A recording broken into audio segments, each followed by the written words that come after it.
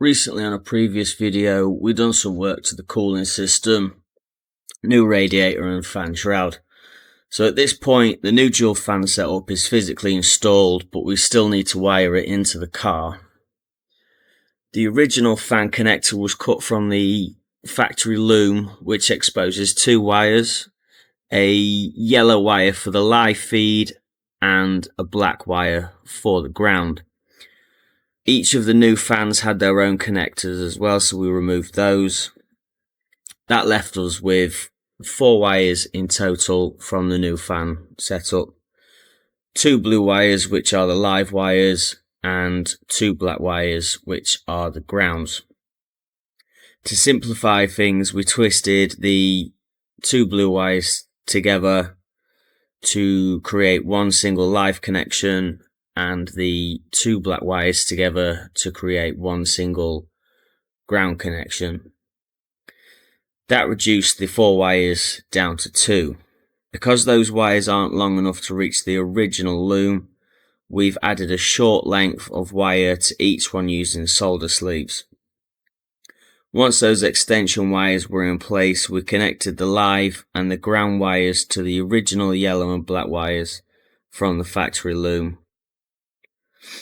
Everything's been joined together using soldering sleeves, which makes for a strong and reliable connection. To finish things off, we've added heat shrink wrapping over the connections to keep everything insulated and protected from water. Obviously, with the wiring complete, it's always a good opportunity to start the car up. Turn the heaters on full to help with bleeding the cooling system if you haven't done that from changing the radiators and the fans before. Let the engine get up to operating temperature. So from then on, we basically waited to see whether the fans would kick in, and luckily everything has worked as it should. Both fans came on, which meant the wiring was successful. And the upgraded cooling system is officially done.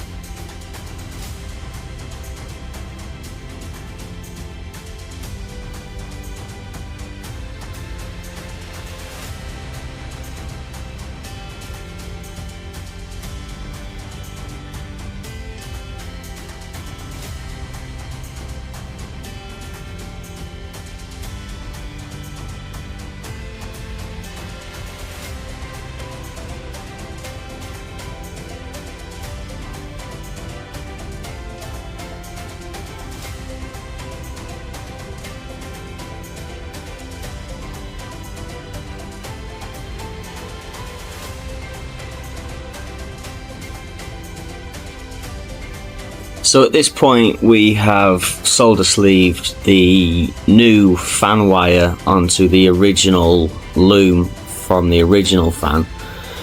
We've heat shrinked some insulation over the top just to make sure things are watertight. In a second or so you're going to see that he basically cable ties the wire to the top of the radiator just to stop things from getting in the way, keep it away from the engine and the heat. And then we're going to run the engine, and you'll see that the fan kicks in shortly.